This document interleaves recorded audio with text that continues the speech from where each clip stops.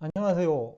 포유 환율 연구 시간에는 미국 나스닥 100 지수에 대해서 여러분과 대화를 나누고자 합니다. 지난해 연말까지만 하더라도 기준금리 인상에 무게를 둔 정권 전문가들은 특히 우리나라 정권 전문가들은 기준금리를 굉장히 중시 여기는 것 같아요. 이분들이 이제 지난해 말까지 미국 증시 부정적으로 보고 올해 1분기에는 큰 폭 하락이 있을 거다라고 했죠. 왜냐하면 연준이 계속해서 기준금리 인상 의지를 밝혔으니까요. 특히 이제 나스닥 지수에 부정적이었어요. 금리가 올라가면 나스닥이 피해가 크다. 그래 얘기하면서 나스닥보다는 다우존스에 투자하라라는 얘기를 했는데, 실제 이제 2023년 시작과 함께 미국 증시는 나스닥 100 종목이 S&P 500 지수 상승을 견인하고 있어요.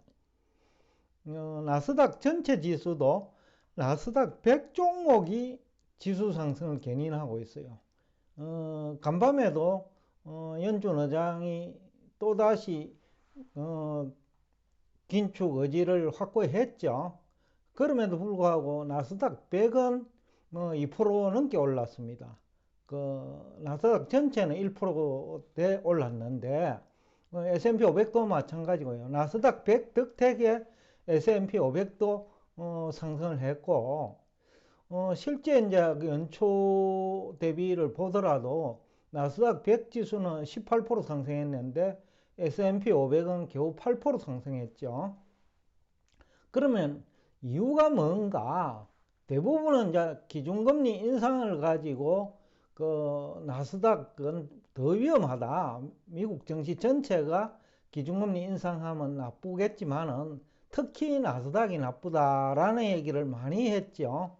그럼에도 불구하고 포유는 그렇지 않다라는 얘기를 했죠. 그렇다면 이유가 뭐냐라는 거죠. 우선은 한 8가지를 가지고 얘기를 할 수 있을 것 같아요. 우선 나스닥 100 종목이 구조조정을 많이 적극적으로 했죠. 앞 시간에도 잠시 언급을 했습니다만은 이 구조조정이라는 것이 굉장히 큰 호재예요. 단순히 인원 감원하는 그런 차원에서 해석을 하면 정시에서 실패해 봅니다. 우리 국내 정권 전문가들 중에서는 나스닥 100 종목의 구조조정이 적극적으로 있으니까 나스닥 100 종목이 위험하다라고 얘기한 사람도 있을 거예요. 근데 주식은 미래지향적으로 결정되니까 주가가 지금 현재 구조조정을 하면 3년, 4년, 5년까지 그 구조조정 효과를 보거든요. 더군다나 지금은 미국이 전체적으로 경제는 문제가 없잖아요. 나스닥 100 종목이 조금 영업 실적이 기대에 미치지 못해서 그렇지 전체적으로는 문제가 없단 말이죠. 그러니까 투자자들은 미국은 펀드 중심으로 ETF 상품도 펀드니까요. 펀드 중심으로 이루어진 시장이니까 펀드 매니저들이 미래 수익성에 배팅한 거죠. 그래서 이제 상당히 이제 그 나스닥 지수 탄력이 높은 이유 중에 하나죠. 그러니까 결국은 주가는 매출액과 영업 실적인데 구조조정이 가장 큰 호재라고 볼 수 있죠. 유가 안정보다도 호재고 어떻게 보면 금리보다 호재예요. 왜 그러냐? 나스닥 100 종목의 대부분은 이제 인건비가 높잖아요. 그런데 여기서 한 10% 구조 조정하면 금리 5% 내리는 것보다도 더 효과가 크거든요. 그것도 5년 동안. 그러니까 이제 이것이 굉장히 큰 호재지요. 그 다음에 하나는 투자자들도 나스닥 100 ETF 상품 선호해요. 그러다 보니까 이제 펀드 매니저들이 이걸 가지고 그 주가 상승을 유도를 한 이유 중에 하나죠. 그러니까 그 많은 사람들이 나스닥 100 종목에 관심이 크니까 이 지수 상승을 유도해 가지고 돈을 흐름을 정시로 유도하겠다는 거죠. 그러니까 기업들이 저희 투자은행들이 그 나스닥 100 지수 상승을 유도하면 수익이 올라가죠. 수수료도 올라가고 또 지수 그 관심이 많은 종목이 많이 오르면 또 자금도 유입되고요.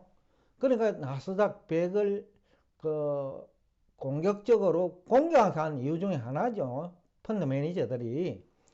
그 다음에 또 하나는 나스닥 100 종목이 대부분 고점 대비 40 내지 80% 하락을 했죠. 그래서 구조조정을 했고요. 그러니까 이제 이놈만 구조조정한 게 아니라 사업도 뭐 잘 되는 쪽과 잘 못 되는 쪽을 또 그 양분화 해가지고 새로운 접근을 할 거예요. 여러분들이 구조조정을 하는 경영자라고 해도 그렇지 않을까요? 상식이니까 그거는.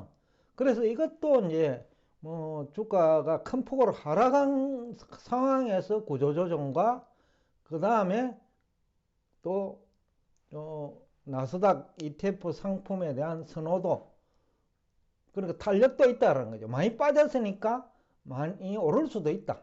즉, 그 고리 기포는 산도 높다라는 거죠. 그런 것도 나스닥 100이 상승한 이유 중에 하나고, 또 하나는 4차 산업을 주도하는 종목이 나스닥 100에 대부분 포진되어 있어요. 대표적인 게 반도체제죠. 그 다음에 인공지능도 그쪽에 들어가 있고, 그러니까 4차 산업을 주도하는 그 종목들이 다 나스닥 100에 들어가 있다는 거죠.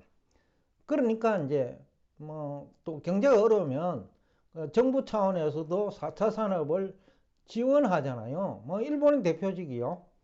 반도체를 일본에 그 생산 시설을 확충하면 일본 정부가 돈을 지원하겠다는 거예요. 미국도 마찬가지죠. 그러니까 이제 4차 산업이 상당히 이제 매력적인 성장 분야고 정부 차원에서도 지원하는 분야니까, 그래서 나스닥 100 종목이 큰 폭으로 오른 이유 중 하나다. 또 하나는 과거 경험상 그 성장 속도, 주가 상승 속도하고도 어떻게 보면 일치하는데 빨랐다라는 거죠. 그러니까 이번에도 빠를 것이라는 기대감이 있겠죠. 그 다음에 또 창출도 높아요. 테슬라를 보면 4분기 매출액 마진율이 25%예요. 차값을 인하를 했는데도 불구하고. 근데 우리나라 2차 전지 같은 경우는 4%밖에 안 되거든요. 무려 6배라는 거죠. 그러니까 지금 조금 그 PR이 높다 하더라도 분기 매출액 마진율이 25%면 한 1년이면 따라가 버리거든요. 쉽게 하면 높은 그 PER이 해소된다라는 거죠. 그런 것도 나스닥 100 종목이 큰 폭으로 상승한 이유 중에 하나다. 그 다음에 이게 투자 전략가 입장에서 생각할 수밖에 없는 분야인데, 나스닥 100 종목에 대한 공매도가 많았잖아요. 테슬라를 그 마이크로소프트 전 회장인 빌 게이츠가 공매도하고, 포유환율 연구소도 지난해 초에 나스닥 100 중에서 테슬라 매도하면 실패 없다 라는 얘기를 하기도 했으니까, 실제로는 그 나스닥 100 종목을 중심으로 공매도가 많았어요. 그러니까 전략가들이 이걸 역용했다는 거죠. 그래서 포유환율연구소가 지난해 우리 그 방송 댓글 중에서도 나스닥 아니고 S&P 500 얘기하고 나스닥이야말로 위험한 거 아니냐라는 얘기가 많았는데, 그럼에도 불구하고 이제 포유환율연구소는 나스닥 나쁘지 않다라는 얘기를 하면서 지금까지 여러분과 함께 얘기를 하고 있는데, 일단 성공이에요. 지금 현재 추세를 봐가지고는 지금은 이제 마지막 부분인데, 지금도 이제 공매도 하는 사람이 있거든요. 나스닥 100에 대해서 부정적으로 보고. 그런데 전략가들은 이걸 또 역으로 이용해요. 그래서 13,500까지 가는 것이 나스닥 100 기준입니다. 그래 어렵지 않을 거다 라는 얘기를 하고 싶습니다. 지난 시간에도 13,500원 갈 수 있다라고 했는데 지금 환경이 13,500까지는 올라갈 수 있는 환경을 누가 만든다고요? 정부도 만들고 투자자들도 만들고 이것을 전략가들이 역이용하니까 어렵지 않게 13,500원 돌파할 것이다. 그래서 제가 집중적으로 관리를 한다 할까요? 아니면 책임을 지고 수익률 개선을 위해서 조금 노력을 하는 분이 몇 분 있는데 그분들에게도 제가 지난번에 나스닥 100입니다. 11,700에서 500으로 내려가니까 팔고 싶어 하더라고요. 그래서 제가 13,500까지는 갈 수 있다. 기다려보자 했는데 그 이후에 지금 12,800이니까 1,000이 넘게 올라버렸어요. 그럼 그게 10%잖아요. 그러니까 10%는 큰 거거든요. 불과 한 10일 동안 내지 20일 동안에. 그래서 하여튼 이거 진단을 어떻게 하느냐, 즉 분석을 어떻게 하느냐가 결국 수익률도 결정하고 성공과 실패를 결정하는 중요한 요소다. 그러니까 성장률을 어떻게 보느냐, 즉 상장의 매출액이죠. 그리고 영업실적을 어떻게 보느냐에 달려있다. 그 연준이 기준금리 인상하고 안 하고 이거는 지엽적인 얘기다. 왜냐하면 시장금리를 가지고 기업들은 영업을 하잖아요. 경영을 하기 때문에 시장금리가 크게 부담이 없다면 지금 현재 미국의 시장금리는요. 물가 상승률 감안하면 즉 상장기업의 영업실적 감안하면 부담스러운 금리가 아니다. 테슬라가 앞에서도 얘기했지만 매출액 마진율이 25%인데 금리 5%가 뭐 그렇게 중요하냐.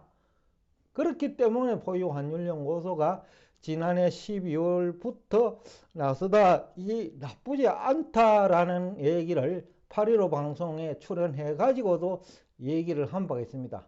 하여튼 향후 13,500까지는 나스닥 100 기준으로 크게 우려하지 않아도 된다 라는 얘기를 하면서 오늘 여러분과 대화를 여기서 끝내겠습니다.